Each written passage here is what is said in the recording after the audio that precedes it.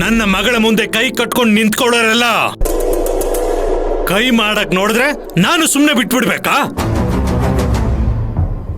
ಬಿಡಲ್ಲ. ಮಾಡಿರೋ ತಪ್ಪಿಗೆ ಕ್ಷಮೆ ಕೇಳಲೇಬೇಕು.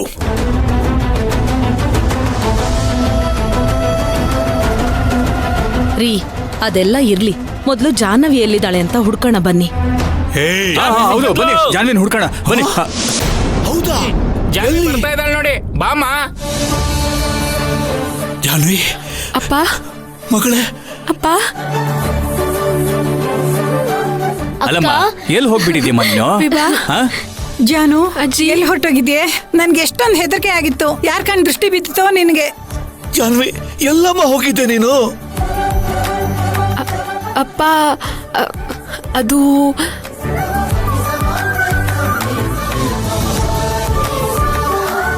ಜಾನ್ವಿ, ನೀನ್ ಕಾಣಿಸ್ತಿಲ್ಲ ಅಂತ ಎಲ್ಲರೂ ಟೆನ್ಷನ್ ಆಗಿದ್ದು ಗೊತ್ತಾ? ನಿಜ ಹೇಳು ಜಾನ್ವಿ, ನಿನ್ನ ಯಾರಾದ್ರೂ ಕಿಡ್ನಾಪ್ ಮಾಡಿದ್ರಾ?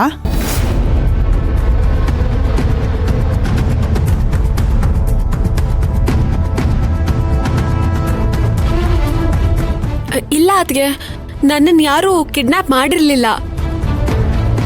ನಾನು ತಾಳಿನ ಮನೇಲೆ ಮರೆತು ಬಿಟ್ಟು ಬಂದ್ಬಿಟ್ಟಿದ್ದೆ. ಬಳೆ ಶಾಸ್ತ್ರಕ್ಕೆ ರೆಡಿ ಮಾಡುವಾಗ ತಾಳಿ ಮನೇಲೆ ಇರೋದು ನೆನಪಾಯ್ತು.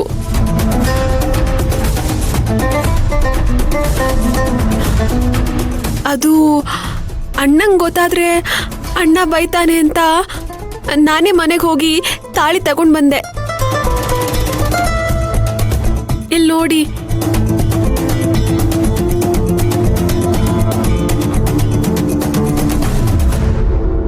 ಏನಮ್ಮ ಸಪ್ತಮಿ, ಜಾನ್ವಿ ಏನ್ ಹೇಳಿದ್ಲು ಅಂತ ನಿನ್ ಕಿವಿಗೆ ಬಿತ್ತು ತಾನೆ? ಇವಾಗೇನ್ ಹೇಳ್ತೀಯಾ?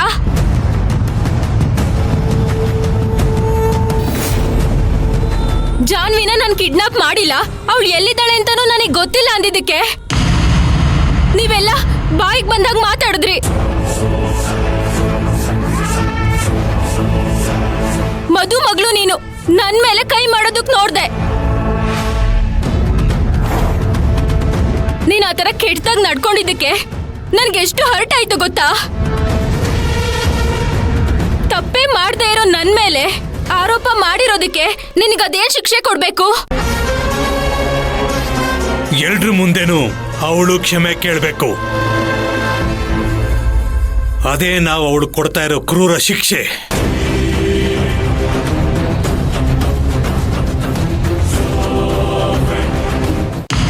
ಏ ಸಪ್ತಮಿ, ಏನ್ ಮುಖ ನೋಡ್ತಿದ್ಯಾ? ಎಲ್ರೂ ಮುಂದೆ ಕ್ಷಮೆ ಕೇಳು. ಮಂಜರಿ, ನೀನ್ ಮಾಡಿದ್ದು ತಪ್ಪೆ. ಸುಮ್ನೆ ಜಗಳ ದೊಡ್ಡದ್ ಮಾಡೋದ್ ಬೇಡ. ಇದನ್ನ ಇಲ್ಲಿಗೆ ಬಿಟ್ಬಿಡಮ್ಮ. ಬೇಕಿದ್ರೆ ನಾನ್ ನಿನ್ನತ್ರ ಕ್ಷಮೆ ಕೇಳ್ತೀನಿ, ಓಕೆನಾ? ಮಂದಾರ, ನಿನ್ನ ಹೆಸರನ್ನ ಸಪ್ತಮಿ ಅಂತ ಯಾವಾಗ ಬದಲಾಯಿಸ್ಕೊಂಡೆ? ನಾವು ಸಪ್ತಮಿಗೆ ಕ್ಷಮೆ ಕೇಳಕ್ ಹೇಳ್ತಾ ಇದ್ರೆ ನೀನ್ ಯಾಕೆ ಮುಂದೆ ಬರ್ತಾ ಇದ್ಯಾ? ಸಪ್ತಮಿ, ನೀನ್ ಇವಾಗ ಕ್ಷಮೆ ಕೇಳ್ತೀಯೋ ಇಲ್ವೋ? ಇಲ್ಲ ಅಂತಂದ್ರೆ ನಾವ್ ಈ ಮದ್ವೆಲೇ ಇರಲ್ಲ. ಮದ್ವೆಲಿರು ಅಂತ ನಾವೇನ್ ಹೇಳ್ತಿಲ್ವಲ್ಲ. ಅಪ್ಪ ಆದವರು ತನ್ನ ಮಗಳ ಬಗ್ಗೆ ಯಾವ ವಿಷಯ ಹಬ್ಬಾರ್ದು ಅಂತ ಅನ್ಕೊಂಡಿರ್ತಾರೋ ಅಂತ ವಿಷಯನೇ ನೀನ್ ಎಲ್ರ ಮುಂದೆ ಕೆಟ್ಟದಾಗ ಮಾತಾಡೋದಲ್ದೆ ಇಲ್ಲಿ ಬಂದು ಕ್ಷಮೆ ಕೇಳಿ ಅಂತ ಹಠ ಮಾಡ್ತಿದ್ದೀರಾ. ಇದ್ರಲ್ಲಿ ಎಲ್ರಿಗಿಂತ ಜಾಸ್ತಿ ತಪ್ಪಿರೋದು ನಿಂದೆ ಮಂಜರಿ. ನಿಜ ಹೇಳ್ಬೇಕು ಅಂದ್ರೆ ಜಾನ್ವಿ ಹತ್ರ ಕ್ಷಮೆ ಕೇಳ್ಬೇಕಾಗಿರೋದು ನೀನು.